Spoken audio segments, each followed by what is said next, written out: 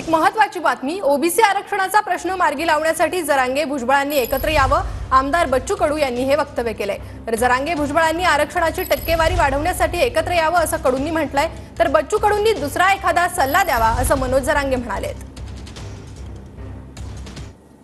छगन भुजबळ साहेब, जरांगे साहेब आणि अधिक सगळे ओबीसी मराठा नेते आणि महाराष्ट्र म्हणून एकत्र येऊन ते ओबीसीची टक्केवारी वाढवून घेता जर आली, 10-15% जर ते वाढली तर मला वाटतं ते अधिक चांगलं होईल। जरांगे साहेबांची ताकद ते शेती प्रश्नाकडे लागली किंवा भुजबळ साहेब असेल, हे सगळ्यांनी एकत्रित होऊन जर ओबीसीचीच टक्केवारी वाढीचा मागणी जर केली तर फार चांगलं होईल।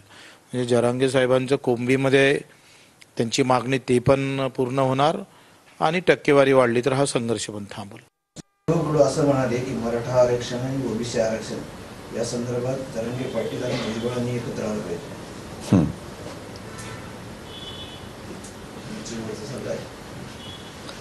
बच्ची बोन दुसरा सल्ला द्या ना म्हणा, असा सल्ला कशाला दुसरा एखादा असेल ना।